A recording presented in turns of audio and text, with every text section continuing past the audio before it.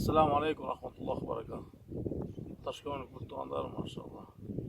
Taşkömür sadaka bilimdiğini sağım koşatkan mutluğandarım. Harbinizden Allah razı olsun.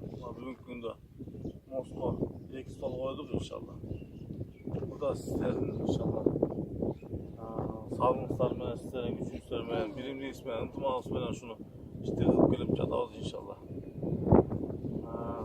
Daha haydi yer Karavan Taşkömürlük mutluğandarım çakırattıram.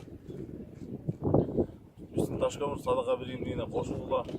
Koldan geçince Taşkömür'ün bir gana Moskva emas, başka yerlerindeki onunda koldan geçtiğimde yerge faydalı mesele kılığına inşallah sağlıklar koşuluşlar.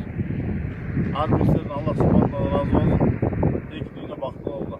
Selamun Aleyküm ve Rahmetullah ve Berekatuhu.